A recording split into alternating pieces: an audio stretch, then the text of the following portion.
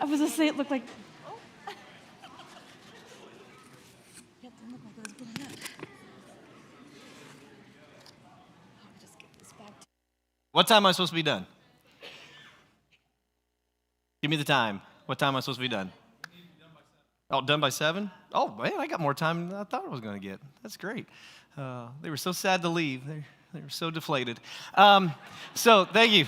These are the jokes. It's going to be a long week. Okay, so, all righty. Thank you for the opportunity to be here again. It is a tremendous blessing and privilege to get to be with you all. So tonight, let me see. Anybody in here, just curious, anybody here like dinosaurs? Hey, all right, very good. Yeah, high five. Oh yeah, we're ready, right? We like dinosaurs? Absolutely, okay. So let's talk a little bit about dinosaurs tonight. I thought we'd just have a little fun with dinosaurs and expose a little bit about them. I'm just going to give a few nuggets. I'm not going to go into all of the details and all the kind of fun stuff we do some nights, but because I've got to save a little bit for VBS. But just hit a few things about dinosaurs.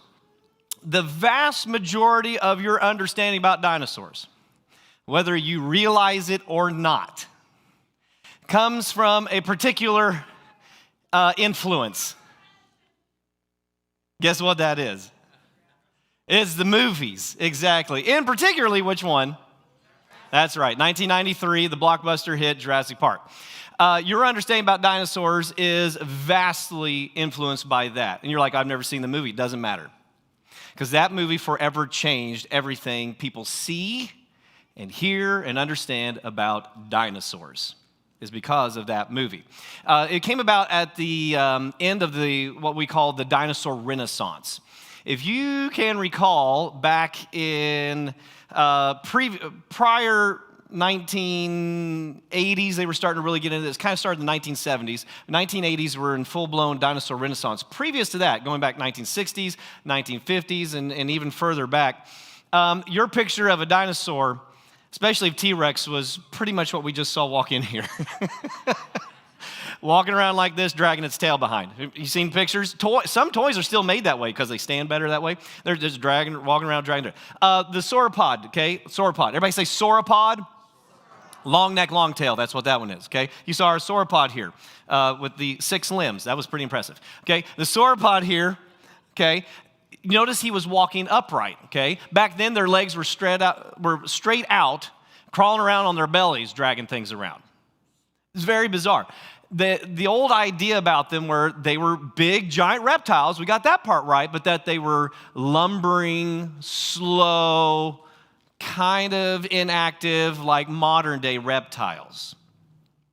Further study, though, the fossil record and what we've been able to see cutting into bones, seeing the histology, how the blood flow and all that kind of stuff like that, has revealed to us they were much more active. If they have the right environment, the right conditions, the right genetics, all that kind of stuff, they very much could have been much more active. So this whole new renaissance happened, and we started seeing dinosaurs fast and running and moving and agile and scary and terrifying and chasing things, and that then could make for a really good movie. Okay, so I'm going to talk about 2 dinosaurs tonight. Okay, I'm going to save the rest for during VBS, and I'm going to start with my favorite dinosaur. Okay, who has a favorite dinosaur? Who's got a favorite dinosaur? Okay, all right. On the count of 3, shout out your favorite dinosaur. 1, 2, 3.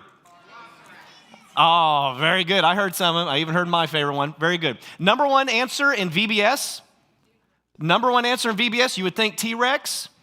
You might think Triceratops. You might think Velociraptor. Number 1 answer in VBS is that one. Okay, so number 1 answer. Anyway, so T-Rex is my favorite, probably because I've studied that one more. When I got my certificate in theropod paleontology from the University of Alberta, I got to study under Philip Curie. He is one of the top paleontologists in the world. His specialty are the theropods. You're like, that's great. What's a theropod? Everybody say theropod. Theropod means big legs, little arms. All right, those are those guys, okay? T-Rex is a theropod. He is a huge one. He's a really big one, okay? As you see in the picture there, Sue the T-Rex. Anybody been to the Chicago Field Museum? All right, Chicago Field Museum is where Sue resides. Sue was discovered in 1992 by Sue Hendrickson. She was then dug up by the Larson brothers of the Black Hills Institute in South Dakota. It became the most complete T-Rex, over 92% complete. I cannot tell you how incredible that is. The vast majority of the fossil record, 94.75%, give or take, is shells, clams, bivalves, mollusks, things like crinoids and stuff like that. I'll show the kids later this week. I got a rock well, I just show you right now. I got that extra time. So let me see, dig in here, right here. This is from the parking lot of Hillsborough Family Camp. Don't tell Alex Eddy. Actually, I stole this years ago from there because, and every kid, especially Deacon Davis, he just walk around. They're all going around picking up these rocks because a ton of the rocks there, whatever the quarry is, I don't know if it's the one that's just west of the camp or whatever, you can pick them up, and you see all these little columns in this? These little columns. This one rock is just full of it. These are crinoids. It's an underwater sea lily. Okay, considered to be a kind of an animal life form. We still have them today. Okay, but a lot of times, in some areas, they'll find just the one little disc of these little sea lily things. Okay, and some people think they're Indian beads. They're actually not. It's actually the little discs that make up the stem of these underwater sea lilies that are called crinoids. It's all this ocean stuff that makes up the vast majority of the fossil record. Fish and plants and insects make up another 4% of the fossil record. And then 0.25% are vertebrates, animals with backbones. Yet every time you think fossil, you think what? You think big animals, and you usually think dinosaurs. The amount of the fossil record, the percentage of the time that a fossil with more than one bone, that you find more than just one bone, it's 0.0025% of the fossil record. The best guess, okay? There are trillions of fossils all over the planet that were laid down by a watery catastrophe, and which we're going to talk about during VBS. But the vast majority is all these shells bios. So when Sue was found at 92% complete, incredible find. But through lawsuits and some bad deals that went down, the Larson brothers and the Institute lost it and ended up being put up for auction and ended up at the Chicago Field Museum. That's why it's there. Okay, so T-Rexes, lots of T-Rex specimens have been found, though. It's one of the best discovered, preserved dinosaurs out there is T-Rex. Unlike the Pachycephalosaurus here, the dome-headed ones, those are one of the least preserved. Very rare to find much of that dinosaur when usually it's just a little section of the head that's found. That particular one, I'm going to tell the young people about it when we get to day 6 of creation. We're talking about land creatures. That particular one, Sandy, that's the name of that one. You say that one's Sue, okay, the T-Rex. That one's Sandy, the Pachycephalosaurus, was an incredible find because it was most of the body and one of the only ones ever found like that. And so we learned some things about it that, maybe the movie wasn't right in what we saw. Turns out, after much research, Jurassic Park is not a documentary. Kind of figured that out there. So T-Rex, very interesting, very fascinating. Before Sue, though, the most popular T-Rex is the one we have on the stage here. This is Stan, the T-Rex. Everybody say hi, Stan. That's Stan the T-Rex. Stan was found in 1987 by Stan Sacrison and was then dug up by the Larson brothers of the Black Hills Institute. Stan was very special because he was, what was his percentage? 55 or 65? That's why we have these great signs you can come up here and look at. 65%. Stan was 65% complete, but his skull was 99% complete. The most intact skull. And the best part about it was not crushed or destroyed. Every piece was perfectly preserved. Sue, when they found Sue, 92% complete, yeah, they found all of her, but her head was completely crushed, and underneath her pelvis, under her bottom. That was a bad day. I don't know what happened. That was, actually, I have a feeling of a global catastrophe is what happened to her and all these fossils. But anyway, Stan's head was the most preserved one. Guess what everybody wanted to get their hands on? Stan the T-Rex, to study. We learned more about T-Rexes from Stan than any other. Okay, so what the Larson brothers did, like many other paleontologists, they made that research level cast. Remember? Okay, we talked about that during Sunday school if you were here. If not, the answer to the question, are those real, is yes, they are. They are a direct cast from the actual fossil, so we know what it looks like. Because otherwise it's in its field jacket, it's all super glued and held together with wire and mesh and stuff like that. And so they make the cast of it so we can then see what would it actually look like when we do actual scientific research on it. Stan found out, he had a rough life. Stan had several fused neck vertebrae that had come from fighting, from battles. This hole right here, this hole right here, this one right here in the back of the head, they're not supposed to be there. A hole that big, that is from a tooth mark from, guess what? Another T-Rex that it had fought against, okay? So Stan had a pretty rough life. We learned a lot about him. We were able to learn about their bite force, about the size of their brains and things like that, which I'm going to show you here in just a second. So that's what's really cool about this. Dr. Sharp, remember, he was discovered in 1987. Dr. Sharp started in 1989. He got Stan in the mid-90s. This is one of the original runs, you could say, of casts made of Stan to be sent out into the world to be researched, and Dr. Sharp was able to get one. That was really cool. That fossil right there has been with our ministry longer than about any of the other ones here. That was one of the first ones Dr. Sharp was able to acquire. So he's kind of special to us in that manner. The picture you see there is the actual Stan, his full length. He is 13 feet tall at the hips. Do you see where would you measure the height of a dinosaur? You measure it at the hips, okay? Because the head and the tail, it's like a teeter-totter, all right? The tail is balancing out the front part, okay? Hence, why are the arms so small? What would happen if they got bigger? Well, what would happen to the amount of weight then on that end of the teeter-totter? Okay, so you'd have to make the tail even bigger, but somebody in their design made them perfectly balanced and made those arms the right size for that balance. And let me tell you, those arms are actually very incredible. They're very functional. They're very powerful. These very strong arms. They look little bitty, okay, but they're actually very strong. I mean, if we had time, I could take you through the anatomy of how they work and operate, and they're really cool. But and just let you know, they're pretty. So he's 13 feet tall at the hips. He's 40 feet long. Sue is 14 feet tall at the hips and 43 feet long. She's the biggest. Stan is in the top 5. There's another one called Scotty that is not well preserved, but what we do have, the bones are a little thicker than Sue's. So he might have weighed more, but whether he was taller or longer, we don't know because he's not as complete. So it's kind of hard to say. There's also AMH 5027 that's in the American Museum of Natural History in New York City. Think Night at the Museum T-Rex.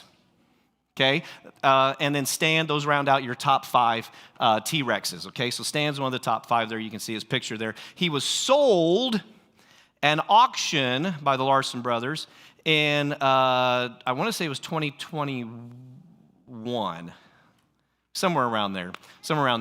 And sold for $30.8 million to an anonymous bidder. Where did Stan, the most studied T-Rex in history, all of a sudden just gone? That was a sad, very disturbing day for a lot of paleontologists around there because they're like, did some wealthy tycoon of some kind just buy the Stan to have in his, in the entryway to his mansion? We don't know yet. Some people did some follow-up stuff, and they found a few months later, all of a sudden, there was a claim in whatever you would call it, the itinerary or the manifest list or whatever to be shipped overseas of something very big that was $30.8 million. And they were able to track it, and sure enough, turns out it had been bought by the Natural History Museum that was going to be opening in Abu Dhabi in the United Arab Emirates. So instead of going to South Dakota to see Stan, now you have to go all the way to the Middle East to see Stan. So, and I missed it by 2 years when I got to go to the Institute. I missed Stan seeing him there. My colleague Matt, though, did get to go see him on occasion. And they had, notice, if you could see right around the corner, right over here on the right-hand side, the actual head is sitting there. The head up on the top is the research cast, because you don't want to put the heavy, giant rock one up on there. What if it fell? You know, it'd be destroyed. They had it behind glass right there. And Matt looked it over. He said, I could not tell the difference between the real one and ours. That's how amazing these research casts are. So you can do the scientific research on them, okay? So the T-Rex, Mr. Stan, the T-Rex, and all T-Rexes. Here's a question that always comes up, okay? Who would win in a battle, in a fight? That's right. That's the question that always comes up. Who's going to win in a fight? Does anybody have any contenders to go up and fight against the T-Rex? What you got? Spinosaurus, number one answer because of, why? He is bigger. That's right. He's about 14, 15 feet tall, depending on the articulation of his rear legs. He's up to 50 feet long, and in Jurassic Park 3, we witnessed the historic event of the battle between Spinosaurus and T-Rex. And who won? Spinosaurus won. That's right. T-Rex slipped on a log. That's right. That's kind of how that went down. Anyway, see, in Jurassic Park 1, we had a T-Rex. It was incredible. It was terrifying. People were freaking out, and nobody had seen anything like this in the theater at the time. It was amazing, okay? So in Jurassic Park 2, guess what? We had 2 T-Rexes. Woo-hoo! They're picking them up, tearing them apart, you know, people flipping them up in the air. It was incredible. So in Jurassic Park 3, who would care to see 3 T-Rexes? No, instead, we want to see Spinosaurus, okay? So we see Spinosaurus. Anybody else got a contender to go up against T-Rex? Yes? Giganotosaurus in Jurassic World 3. The great battle between T-Rex and Giganotosaurus. In fact, Giganotosaurus, who is just a little bit bigger, and is in part of Allosauridae, so he's got 3 fingers instead of 2. His jaw shape's a little bit different. He is going to go up against T-Rex, and T-Rex is going to have a buddy. He's going to have to tag team fight him in the end with a Therizinosaurus, which is the Edward Scissorhands of dinosaurs. That is literally how he's described by paleontologists. He's just got these massive long claws on the end of it, and what the rest of his body looks like, we actually aren't sure. Just he's got these big long claws. And there have been others that have been found that might be similar, so they've constructed this whole looking dinosaur with this like parrot beak on the end, and he walks around on his back legs with kind of a wide body, like he needs a thigh master or something, and with these scissor hands like this with a parrot beak. It's one of the weirdest looking things you've ever seen. And it takes both of them to fight and go up against Giganotosaurus. Okay. Any others? Okay. Oh, did you have one more? What'd you have? That's exactly right. You nailed it, that one right there. Okay, so those are our major contenders to go up against it, okay, of all these theropods. You can see in the graphic there, okay, the red is Spinosaurus. The black one is T-Rex. The green one is Giganotosaurus. So they're pretty roughly the same size. Depends on how big they're going to be. And by the way, the bigger a reptile is, the older a reptile is as well, okay? So you got to figure that in. These are grandparents going to fight. Okay, when they're that big. So all that aside, is there anything we could actually use scientifically to maybe deduce what would be the better contender? Who might be might have the edge to come out as the victor in the great battle, in the great fight between these dinosaurs? Any ideas? Size of the teeth, very good. That is very much a part of it. Mobility, how agile are they? Because we can do that by reconstructing where it looks like their muscle attachments are and reconstructing that in the computer models. Bite force.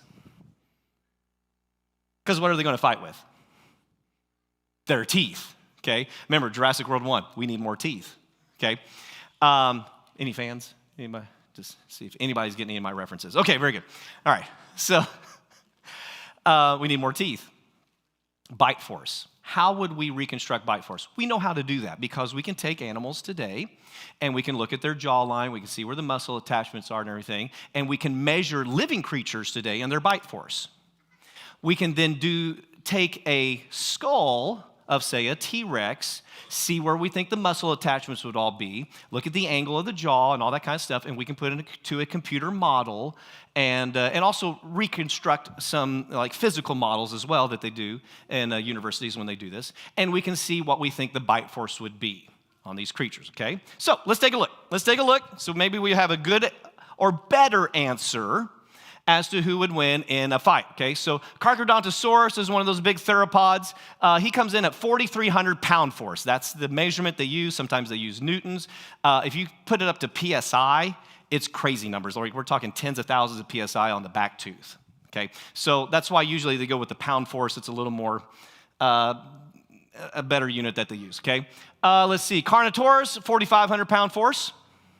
And Allosaurus, only 880. Allosaurus turns out not very strong bite force, okay? Here we go. Let's take a look. Spinosaurus comes in only at 3,600 pound force. Think about his jaw, okay? If it's correct, or understand it, it's long and skinny, okay? Is it, when it's all the way out here, is it going to have much force, okay? So no, not as much, okay? Now, it looks like it's very good for maybe catching fish. And that's one of the ideas of what they think it may have eaten because of his tail and how he might have been able to be semi-aquatic, go out into the water a little bit, maybe not deep into the ocean like in the most recent Jurassic World movie. I think that's an over-exaggeration. But anyway, so 3,600 pound force. There we go. Let's check out Giganotosaurus, 4,500 pound force. So he's right there at the top of what we have so far, okay? So what about T-Rex? What about T-Rex? As we look at his jaw and the angle of his jaw, can you see on the diagram there how his mouth just looks a little bit different from everybody else? The raptor skull there, let me show you something here. Okay, on the raptor skull, here we go. Now we have two headless raptors tonight. Anyway, okay, notice the raptor, look at his teeth. Look at his teeth. They are thin and sharp, right? You do not want to mess with the raptor teeth, okay? Look at T-Rex. Is this thin and sharp? No. It is round and robust. This thing is not for slicing, it's for what? Crushing. When they put him into the computer models, his bite force, here it is, 12,800 pound force. 3 times stronger than any other dinosaur. In fact, of all just purely land animals that have ever walked planet Earth, T-Rex may be the strongest biting purely land animal that has ever been on our planet. I'll pass that around. This is a research replica. It's not a real one. If it was, it would be behind glass because it'd be a few $1,000s, several $1,000s actually. But that's a research one from Stan. They call them banana-sized teeth, banana-style teeth because of how round and robust they are. You can see a little bit of serration on it, okay? The white part is what would be sticking up out of the mouth. The rest of it is the root of the tooth. And you'll notice he's got several different sizes there. You see that on him up there? The black part is what would have been sticking out. That's the actual tip. The rest is root, and the rest of it's growing out, okay? And as the bigger it gets, it's not going to be as well anchored. If you come up, and we can do this later, okay? I'll be up there if this is okay. If you want to come up there with me after we're done, and you get some pictures with T-Rex, with Stan, and I can show you, you can see little baby ones growing in underneath of him. And they're dissolving the root, and those big ones are going to fall out eventually, okay? So that's one of the cool things about T-Rex, okay? So he's my favorite. He's the biggest. In Jurassic Park, they have him as this vicious predator that's running and hunting and chasing things down. They have him running 32 miles per hour in Jurassic Park. That's what John Hammond says they clocked the T-Rex at. Okay, with 32 miles per hour, the only way you can escape is if you happen to have a Jeep Wrangler around, okay, to get away from it. That you all remember the scene, okay? That was based on a study that had been done in 1988, and of course, Jurassic Park, they have to have theirs a little faster than the one, But since then, learning about these guys are multi-ton. They are multi-ton. Let's see, our estimate on Stan here. What do we put on the sign? These are brand new signs. It's pretty cool. 6 to 7 tons. 6 to 7 tons, okay? If you're running 30 miles an hour at 6 tons, do you realize the momentum of mass you are dealing with there?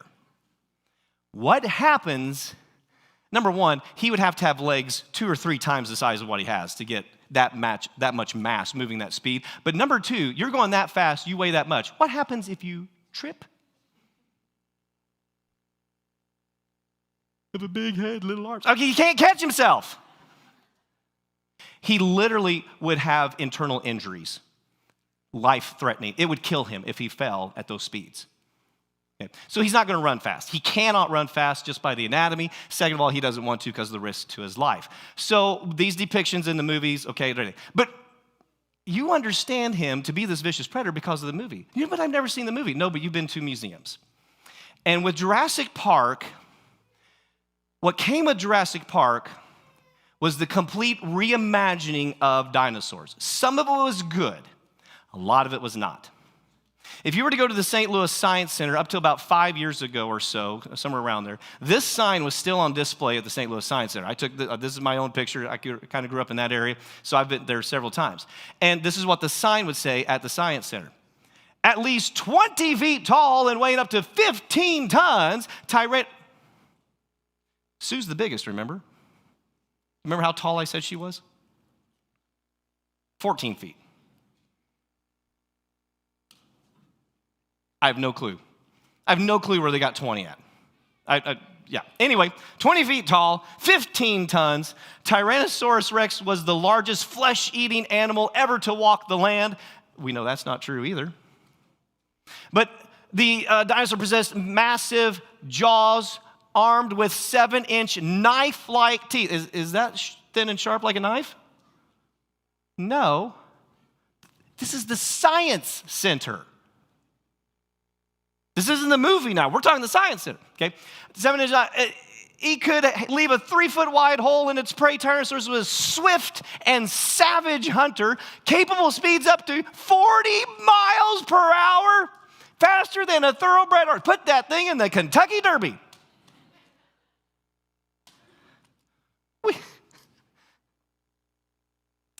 See, after Jurassic Park, there's huge dinosaur mania. Where can you go to see dinosaurs? You can go to the Science Center. You can go to the museum. You go to the Natural History Museum. But when you show up there, what is it you are wanting to see? What you saw in the movie. If you don't, is the child going to be happy that they went to the museum? No. Are the parents going to be happy they spent the money to go to the museum? No. What are they going to tell all the other parents then? Oh, don't go waste your time. My kids didn't like it at all. It was a waste of time and money. So guess what every museum does after Jurassic Park? Everything gets changed so that when you go to the museum, you see what you saw in the movie. So even if you've never watched the movie, every museum after that movie, every kid's book, every toy, every TV program, everything they are ever exposed to, everything you're ever exposed to ever since then is based on the movie, not the actual scientific evidence. As some paleontologists have termed it, we live in the era of postmodern paleontology because it's the media that influences, not the science. Okay? So anyway, that's T-Rex. They have since updated their signs there at the St. Louis. By the way, that is the most overweight T-Rex I've ever seen. Anyway, So they've updated it. But here's the other one. Real quick, we got 9 minutes left. Let me show you the one, though, that they use more than any other, not for movie fun, but for worldview. To affect your worldview more than any other. And it's these guys right here. I don't know if we have sound or not. I forgot to tell you. But, oh, what are these guys? Yeah. Oh, yeah. He comes up to the glass. He's making his little noise. And then he turns and he goes, and they go, ah! Okay, they're scared. There you go. Provide the sound effects for you. All right. You're welcome. This is a complete show right here. Okay, so the velociraptors. You know them by name even. Very good. Velociraptor monongahela. Okay? All right, you know velociraptor. Pretty cool. You know the name of an actual dinosaur. Would it be just a little bit disappointing for you to know that a velociraptor, you see our raptor up there, that is a dromaeosaurus, that he is bigger than a velociraptor. In reality, a velociraptor is about this big, about my knee, okay? And what they're showing you doesn't even actually look like a velociraptor. They're showing you a Deinonychus, a more blunt-nosed type of raptor. Theirs are longer, skinnier, thinner snout, and they're showing you one the size of a Utah raptor. So pretty much nothing about it is velociraptor at all. But Utah raptor, Deinonychus is what it is. Deinonychus does not sound scary, whereas velociraptor, and they are brilliant, they're intelligent, they hunt in packs, they have these patterns they lay out, they actually have a planning committee meeting beforehand. I mean, they're just incredible creatures that are they can do anything and everything, right? Do you think any of that's true? Or any of that is based on any observable science? None of it is. Not a lick of it. The whole hunting in packs, none of that is based on. In fact, it's the exact opposite in the fossil record from every indication we have from it. Anyway, what's he do when he comes up to the glass? Steams it up, right? Okay. What type of animals are these? Cold-blooded reptiles. What does cold-blooded mean? It means you cannot internally heat. You don't have any internal heat generation, okay? Your metabolism doesn't do that. Instead, whatever the temperature is, that's what temperature you are. So if it's 70 degrees outside, what temperature are you? 70 degrees if you're a reptile. If it's only 40 or 30 degrees, you've got to find a hole in the ground or find something to keep warm. If it's 105, 110 degrees, you've got to find some shade or some water to cool down because you cannot control this, okay? Because you're cold-blooded. So can he internally heat up the air in his lungs to be able to have them warmer than the air around him so he can steam up the glass? No, but it was done just for fun, right? No. In the opening scene, Sam Neill just passed away. He plays Dr. Grant in the movie. The very first, go watch it, go check it out. If I had time, I would show it to you. Anyway, he walks up to the Brachiosaurus. Remember, it's the first one we see. The first one we ever see in the theater.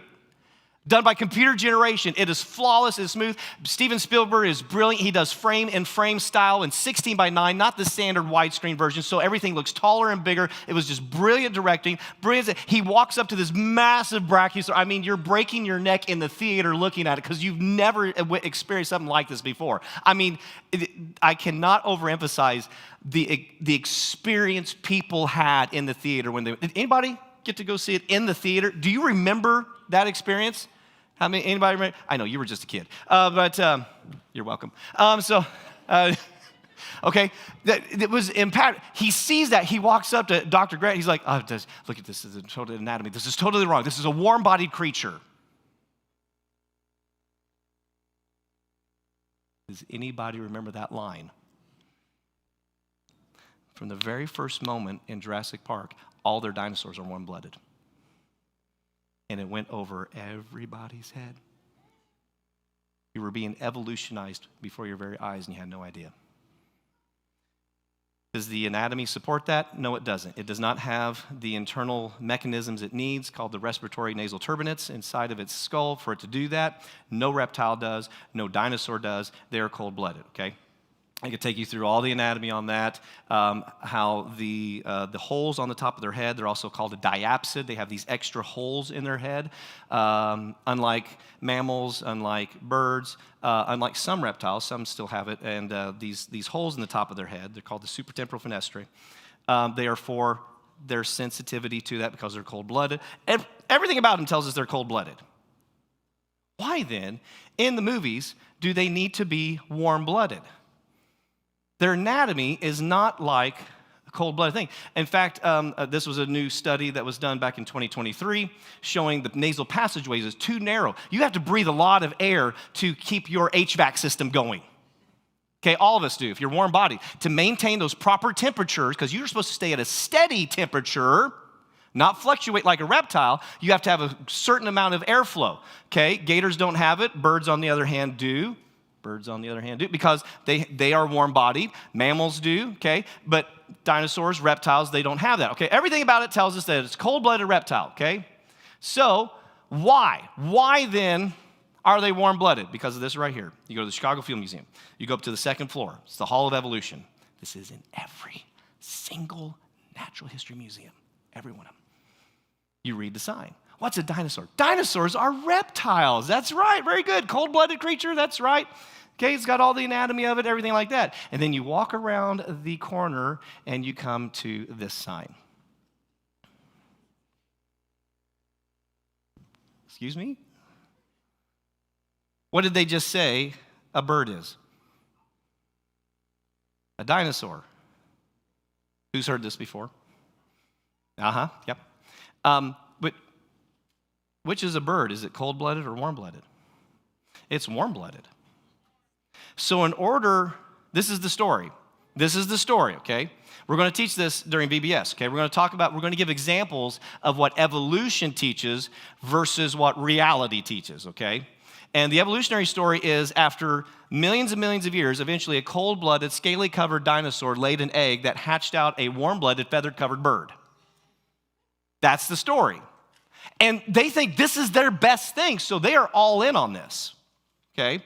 This is huge. If you dare question this, you have your credentials revoked, you have your speaking engagements, your writing everything's revoked. You're not allowed to participate.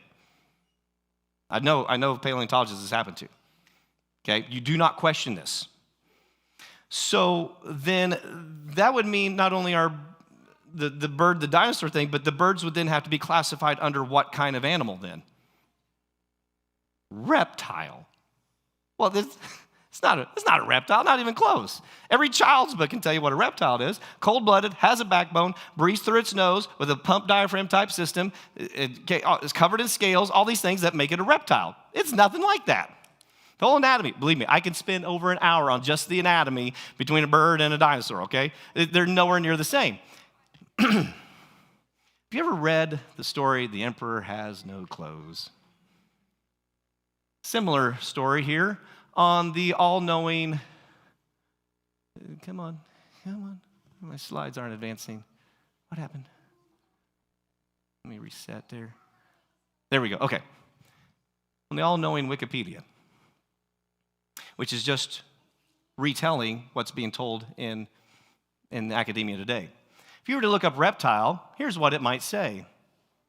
Because some reptiles are more closely related to birds than they are to other reptiles. Just let that part of the sentence sink in. Crocodiles are more closely related to birds than they are to lizards. Crocodiles are more related. Okay, so a crocodile spends time on both land and water. Okay, so give me a bird that spends time on land and water. Duck, okay? So you take an alligator, you take a duck, and you take a lizard. You're supposed to say, which one of these is more like the other? Remember, we used to do this on Sesame Street, okay? All right. The lizard, the duck, obviously the duck. This is what's being taught today. Okay? And if you look up bird, here's what it says. Birds are feathered theropod dinosaurs, the raptors. Constitute the only known living dinosaur. Likewise, birds are considered, right there it is, reptiles. Birds are now in modern biology, taxonomy, being labeled as reptiles. This is Emperor Has No Clothes level stuff, is it not? Think about this. If we can get young people to identify birds as reptiles, what else can we convince them of? What else can we get them to believe? What else can we get them to identify? This is where we're at. So we're going to hit this hard during this time. I'm going to skip now real quick, just to show you how bad this is, okay, because we got to finish up. We're out of time here. This is at Legoland, Kissimmee, Florida. I was down there at Jim Book's church, okay? We went to Legoland.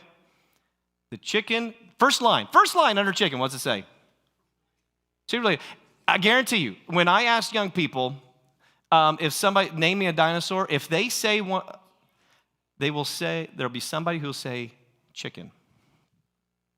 It's always chicken, too. It's never emu. It's never an ostrich. It's never a cardinal, a dove, a duck, a penguin. It is always chicken. Why chicken? Because what do they see and eat every single day of their lives? Chicken. And so that right there, every single day, they are instantly being reminded, chicken is a dinosaur, chicken's a dinosaur, chicken's a dinosaur. Which did God say he created first? Oh, there's a question. How good do you know your Bible? Winged creatures, birds, created on what number day? This is what we're going to do in VBS this week. Anybody looked ahead? What number day? I heard it. 5. What number day are land animals made, including T-Rex and the raptors? 6. What does that right there at Legoland say about the Bible and its trustworthiness?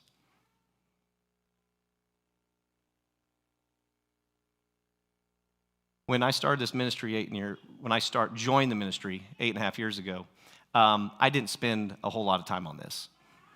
Now I spend vast majority of my dinosaur presentation on this because this is inundated. It is everywhere. Just give it I got so many anatomy things showing you all the different differences. There are so many secular scientists who have rejected this because they're like, this is ridiculous.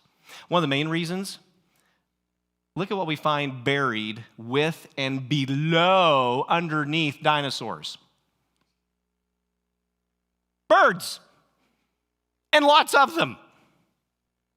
That's kind of a problem. They're supposed to be the evolutionary descendants of dinosaurs. See the problem. That's why there are many secular, evolutionary, non-Bible believing scientists who are like, yeah, I'm all with evolution, but this is ridiculous. I just can't go with you here, okay? So they'll do stuff like this in the movies. Where's Blue? We kind of had Blue tonight, okay? Where's Blue living here?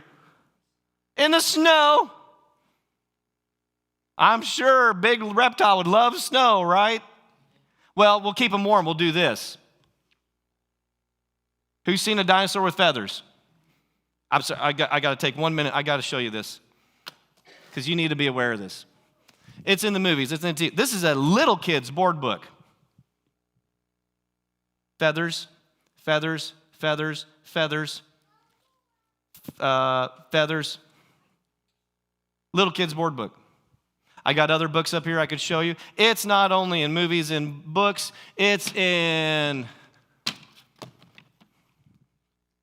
toys. Covered in feathers. Guess how many dinosaur fossils have ever been found with a feather? Not a single one. I would take the time. I could show you all the science on that. But if you want to, I'll show you afterward, okay? 0. Not a single one has ever been found with a feather. This is pure make-believe. And yet it's being taught as the latest science, and if you don't accept it, you are a science denier. I hope you see why we're doing VBS this week and why we're bringing the young people and why we're going to be studying these things, okay?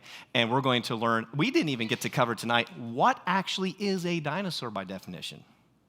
So we're going to tell them, when you're going to come here, you're going to learn about dinosaurs. You're going to be able to talk to your friends. You're going to be real smart when you talk to your friends about it. Actually, what you thought was a dinosaur actually isn't, but this is and that isn't and everything. Oh, you thought it could do this and then it actually can't. Okay, and all these things. So we're going to get them excited about learning and understanding dinosaurs. But then what we want them to really understand is who made them and when were they made, and that the Bible actually has the answers to many of these questions about when they lived, what they did, what happened to them. We have some very good answers on that based on the biblical text, because what we want most of all for them to understand are two things. Number one, the Bible is absolutely trustworthy for their entire lives, for everything. And number two then, who ultimately is the one the Bible tells us about? The one who is our creator, who can therefore be our Savior. And that is the Lord Jesus Christ. Heavenly Father, thank you for our time tonight. Thank you for some fun with dinosaurs, one of these some of the most amazing creations. And thank you for the evidence that was left behind by a global judgment so we can see this amazing evidence and learn about these creatures and see what an awesome God you are. Thank you for the written, perfect record of what has happened in our past, your book, the Bible, and that we can trust it for everything, not only cool science things, great historical information, but ultimately the love our Heavenly Father has for us. For this we praise you, we thank you, we glorify you, and ask for your blessings on this week and the impact it might have through the moving of your Spirit and the power of your word on the young and old lives alike, that might grace this premise this week. Be with everybody who's helping, all the volunteers, and just bring about a great result for the glory of you and your kingdom. We ask in Jesus' name, our Creator and Savior, and everybody said,